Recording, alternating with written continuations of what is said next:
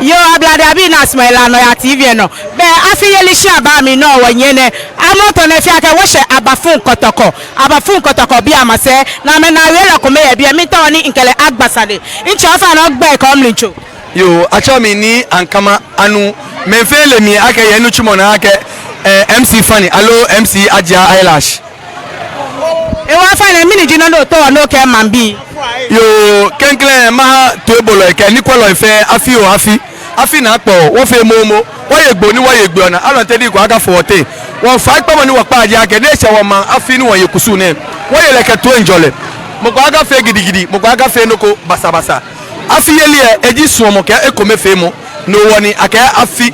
mo ko eje eko nyeme eko ko me eje eko aja akrowa eko ko na aba boy ka manfo e ka mani je shonke papa eba mo ko ba na e so lo yemi mo ko ba na enyanjo hu yemi ne wa afi yeli ele eko mefe mo pe ekenye ne wo ko ba bi e be fi oni nke yo ni nke ma boni ma bi ye wo ma afie energy wo afie echi ni eda ni bi pm wo je shikeje eko wo dura wo te wo fe ni bi kome wo fe pa fi o gbaka ni wo kabo wo ka wo gbe no wo fi ona ka shi meje epa mi awon o ba fe pampa ye brahmona keje pampa se be wo dufo ke o mefe wo dromo o ba piti ni wo so ke wo so e tan be eno short tutuntu e la pamba do mo ya jala ni epe yo wo ye mo ka ile ja ke meni bo to ke meni npa wo fe wo ke afine ye la enwo to bo nyele wa afie wo bele gidigidi bele basabasa ni wo o ba pa fa ya ke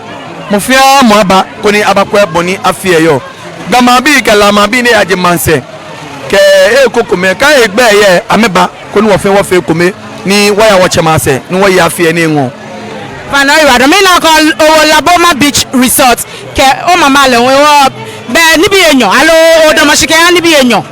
akani ife ya fe mangbomo ni nje shia ko krede mi wo shia kuchu ni ji abafun mama ni wo ko ni se akani ntu oni ye won wo ba ni ji Laboma Beach Resort ni abaji o hechele eje won wo ba wo talole eko ewo agani nje ncha ma shia ni ami ncha mama inwo shishi no ni inu chumo no onwe be inwo onwe no ko ni be efe ojogba o you are don ka wasande gba ngba jowo o afi